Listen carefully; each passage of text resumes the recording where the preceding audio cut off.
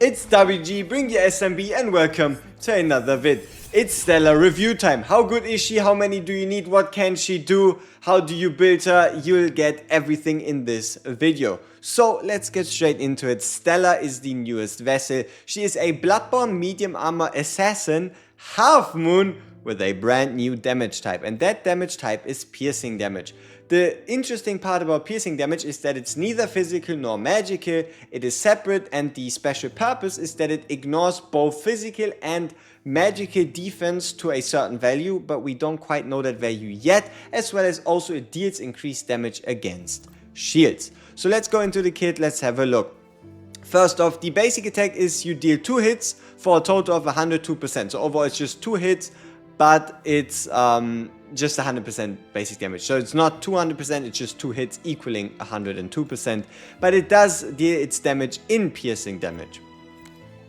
The talent is rather long, but let's go through it together. So, when Stella deals damage to a target, except for with her talent, right, whose stasis has not reached 50% of its max HP, she then deals an extra amount of damage. So if a target doesn't have this stasis debuff at the bottom there, stasis is a debuff. I don't even think if you can call it a debuff, I don't think it counts as a debuff. That HP is not able to be recovered. I mean, you see it right there, right? So if a target is affected by stasis and less than 50% of its max HP are stasis, then she deals an extra 120% piercing damage. And then also the HP lost from that piercing damage furthermore does then become stasis, meaning it's irrecoverable. And this is the interesting part, and what makes her so good too, is when a unit with stasis, so afflicted by stasis, so attacked by her, is defeated, Stella is going to cast her special again on the enemy with the most stasis. Additionally, also she pays 1 less blood cost for her ultimate for the next one. Furthermore, the more stasis a target has, the more damage she deals. Then we have the special. After the battle begins, Stella becomes untargetable and teleports behind the furthest enemy, which, as a lot of you thought of, is going to help against Time Sayona, but in the arena talk you probably get a bit more of an idea on why that might not be as true. But overall you dash in, you deal a certain amount of damage, again in piercing damage, and then you make her target. Quite normal, quite straightforward, but when Stella reaches 50% or below, she'll once again become untargetable. Again, attack the unit with the most HP, and this can trigger at most every 8 seconds. Finishing off with the ultimate, where Stella teleports to a location you can design. You can pick a circle, and then in that area you cast a Blade Barrage, which overall deals 8 hits of X percentage damage, so take the percentage value times 8 to get the full damage once again in piercing damage. Overall, before we get to the rest of her, let's talk about the skills and what you should upgrade.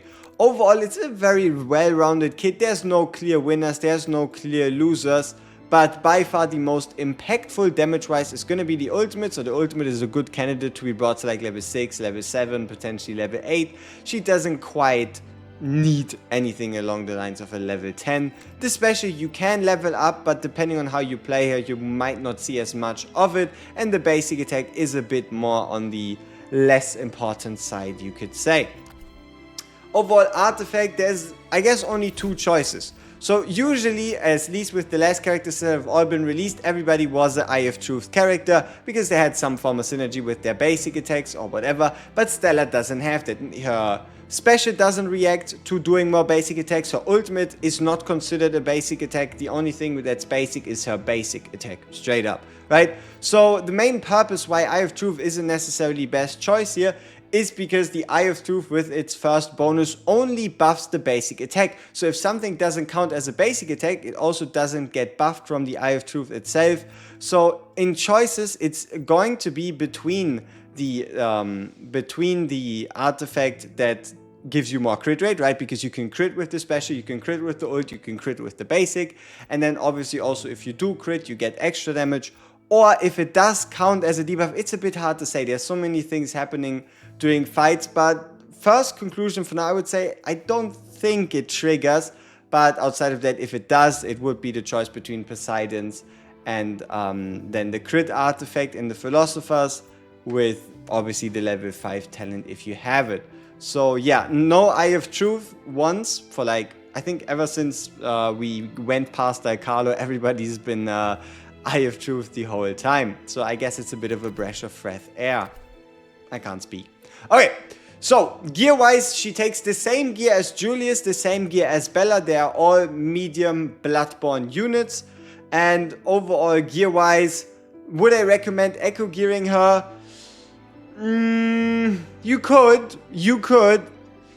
But overall, it might be a bit better to just wait and see, give her more time to perform a Night of the Hunt, perform a Clan Hunt before you make a decision. It's really going to be between her and Julius who's going to get these medium armor Bloodborne pieces. But me, just because I had 2 rings lying around, I tried actually echoing for her. If you do go out of your way to echo her gear, the stats you're going to be looking for are, interestingly enough, only all damage bonus, crit rate, crit damage, and attack speed. These 4. And also kind of in that order, where all damage bonus is the best, then crit rate, then I guess attack speed, and then crit damage. Reason being is because if you give her physical or magical damage bonus, she's not going to deal more damage because she's indeed piercing damage type. So no increases to physical or magical on her echo gear are going to work, which means 2 stats just fall away, making it harder to successfully echo gear her in the first place. So before we go into the conclusion on where she's useful and all that stuff, let me already answer the question of, do you need her, right? How many copies do you need her? Do you want her? The answer is no, you don't need her. She currently doesn't have a place in the game where you actually are like, I wish I had a Stella, even in PvP, as we get to. She's good, but she's not unique. She's not incredibly strong. So if you are low on summons, or if in general you just want to save, you want to wait for a true limited unit, because once again she's a non-limited unit, she's going to go into the standard pool after her banner runs out, then you don't have to summon for Stella. She's not like a Quinn. Quinn is really strong, as in strongest tank in the game, incredibly good at healing. She's just a damage dealer, I guess you could say. So you don't need more copies. But if for whatever reason you want to summon, the most you should go for, unless you're a whale or unless you want to spend for her, you like her design, whatever, is 2 extra copies, so 3 copies total. And the reason why 3 copies total is not only do you achieve affinity 30, because you have 10 affinity, then 20 affinity, then 30 affinity on the second extra copy, but also when the Albrecht event starts, you're going to get 20 summons back from the event, because it's going to be similar to the Quinn and Agnes event, where if you have either,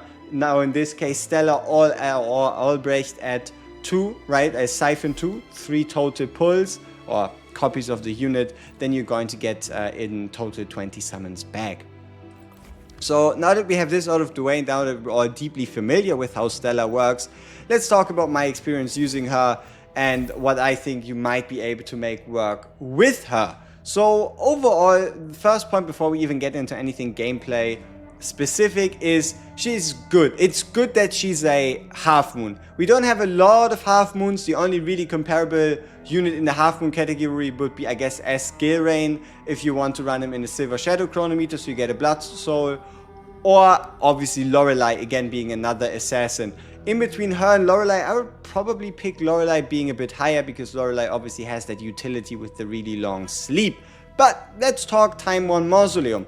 Overall, you can absolutely use her in the Time 1 Mausoleum. She is one of the most fun units I've played around with in the Time 1 Mausoleum, and that's because even though she's a melee unit, she is not bound to the melee tile. So the way this works, you see it from the very beginning, is you kind of have her rushing out, get that kill, and then you see her like rushing back to her point. So the way this whole shenanigan works is because of the fact that every time she either drops below 50, which doesn't usually help, or if a unit inflicted with stasis dies, she re-triggers her talent again, meaning throughout the fight you're gonna see her basically dash everywhere, left, right, center, up, down, and she's a bit more active when it comes to the Time 1 Mausoleum, and she's definitely a good ground unit to use if you feel like spicing up your Time 1 Mausoleum.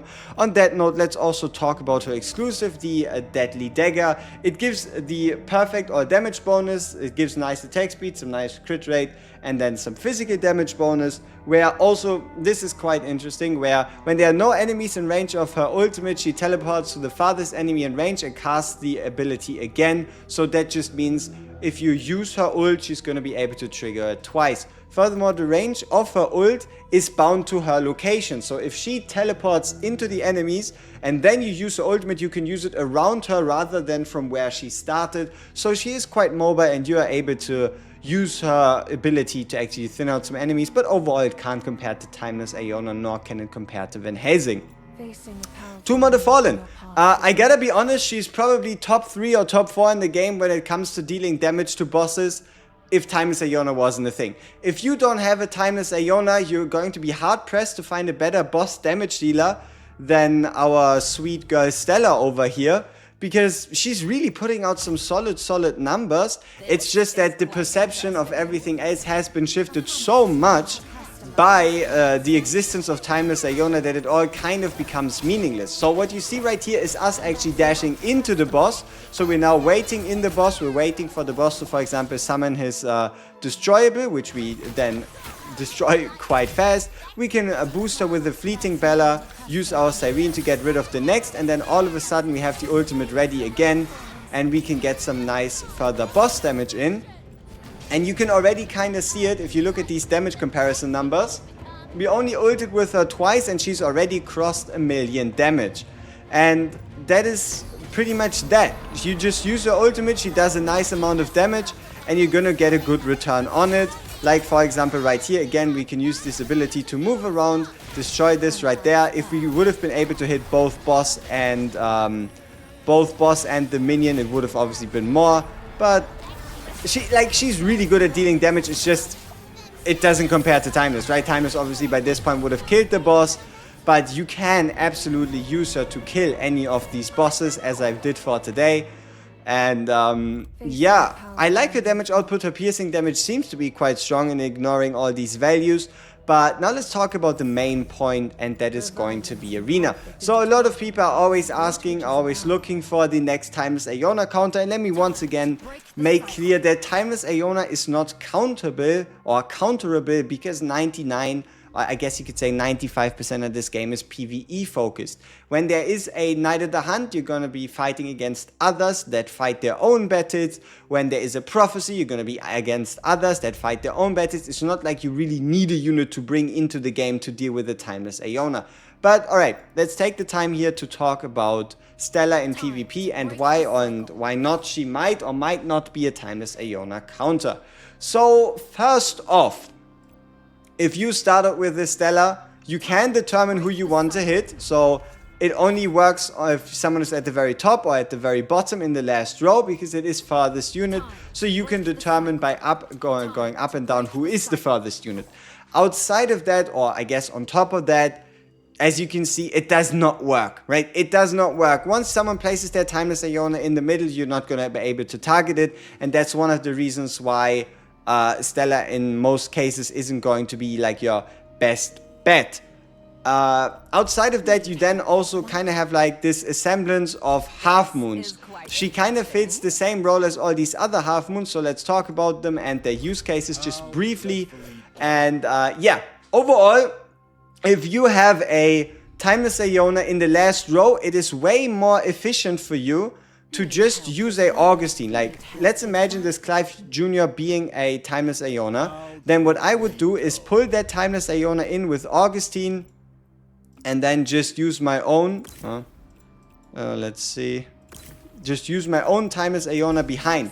What that leads to is if this was a Timeless Iona, she gets pulled in, she's not gonna ult. She's gonna ult in the wrong direction. She's gonna miss my Timeless is gonna ult. We're going to win, right? So Augustine, obviously, if you're looking for like a straight Timeless Iona counter and she is in the last row, Augustine's just straight up gonna be better. So it is like competition then also against Acapella with the Blood Soul recovery, with only being a 3-cost ult versus a 4-cost ult, and then also potentially Lorelei where her sleep can be nasty, or even Agnes with a 3-cost ult where she just pulls in units and stops them. Like if an Agnes can hit a Timeless Iona, Agnes wins. If a Lorelei sleeps a Timeless Iona, you win. If Augustine pulls a Timeless Iona, you win. Now, something else that is interesting is Quinn. Quinn exists. So what happened quite a lot during these PvP fights is I went in with Stella onto a timeless Iona, perfect scenario, perfect setup, everything looking good. Went in, we did the damage, we got the shield low, we even used the ultimate, but then HP went to 0 and all of a sudden the shield went back up. And that is because of Quinn. Quinn is the next hindrance, and that is because during the ultimate, where you get your biggest burst of damage, you're going to be killing the timeless, but then Quinn's revival or death stop is going to stop it mid-ultimate, absorb the last of the hits, heal her back up, give that Iona time to also shoot with her shots to build her shield back to full, and then you're kind of back to 0. Like, you cannot really one-shot or kill a timeless Iona before she does anything dangerous, and that is because of Quinn existing with her Parasol Shelter, where she stops fatal damage from happening. And that's not even the worst of it. It still currently is and probably will be for quite a while, a Silver Shadow Chronometer meta. What that means is there's an artifact called the Silver Shadow Chronometer. What it does is it gives you 1 blood soul if one of your units summons a summon. That is not limited to all your units, but to each unit separately. So for example, right here, Bella is going to get a summon out, Clive is going to get a summon out, and Gilrain is going to summon out. Which means the moment this fight starts, the enemy is already going to have 3 blood souls recovered and is going to use their ultimate 3 blood souls before we use ours, which means their timeless has a bunch of time to shoot us and we're basically going to lose. So because of the fact that Stella doesn't summon a summon, she has no part in this strategy. The reason why Clive Jr., Bella and Gilrain are here is because they can summon summons, allowing you to ult earlier with your timeless Iona. So there were a bunch of questions like, oh, what is the Clive Jr. arena strat? It's just an artifact that you need to level up to 5 that I have told you for quite a long time about already. That should be your second pick. If you're wondering why this is not my second pick, I slept on the shop, right? I forgot to buy out the shop. But overall, this is your second pick. This is what you go for after EOT, or I guess the Eye of Truth. So what leaves that with us? Story. How do I think she's gonna perform in story? Overall, I played around with her a little bit. I had some successes here and there. But let's be real, it's once again the Timeless Iona problem, right? You can run her absolutely together with a Timeless Iona. Like, you can use her as the half moon, you can use Timeless Iona as the full moon. Timeless Iona can kill the targets that she gives stasis to, and then all of a sudden you can use her ultimate again. But it doesn't really end up doing much. You would kind of be better off just running someone like a Lorelei, so you can get some more sleep, you can make your Quinn more defensive. It really doesn't end up going anywhere. But I mean, I'll just show you a gameplay example just in case. So this is kind of how it looks. She does a decent amount of damage, right? If Timeless Iona wasn't a thing, I could actually see her like pull off some numbers, be useful in content, but you don't need a sub DPS. There is no place for a sub DPS when Timeless Iona is a thing. Here you can see the fact that her ult actually got reduced, right? Her ult cost actually got reduced down to 1, which made it super cheap for us to use again. Here, if we're lucky, we might be able to... Is she dead? No, but yeah, here we're able to get off 1 more. And then, as you see in the final damage score, she did some decent numbers, but it's nothing compared to a Timeless. Though, that doesn't mean she won't be really good if you go maxed out investment. But what kind of investment are we talking about here? We're talking full echo gear, we're talking full copies, we're talking full affinity and all that. Then you might be able to start taking people out, but it's just not worth the investment. She's neither limited, nor is she an ancestor, nor is she particularly broken. And also, seeing as how BP is integral to your story progress, using the unit that has confirmed the lowest BP possible. Let's see. Wait, did they change her BP levels? I feel like they might have. They did. They buffed her BP levels. So what happened before was that Mass was down here at 20,022 and she was down at, I think, 1985. So forget about that point. You're absolutely fine using Stella. She's all the way up there with Quinn and the people. So using Stella is totally fine. There's not going to be a BP hindrance. So as you can see, the devs actually did a little bit of a sneaky buff. She is now no longer the second or the weakest SSR. She's now pretty much middle of the pack / top of the packed BP level, so you can absolutely run her in story without running into any BP issues. Isn't that interesting that that's just kind of happened to happen? Also, what is that mail? Bug compensation. Yes, so probably talking about the Among Strangers launch. What an experience that was. So what leaves that with us? Overall, it leaves me with a recommendation of you don't have to summon, you can wait, and if you want to decide to summon, see how good she performs in Prophecy, see how good she performs in Clan Hunt, and then make your decision based on that. Once again, she's not a limited character. You'll have years and years, hopefully if this game holds this long, you have years and years in the future to fill out these copies. You don't have to do it right now. She's not that integral. Peace.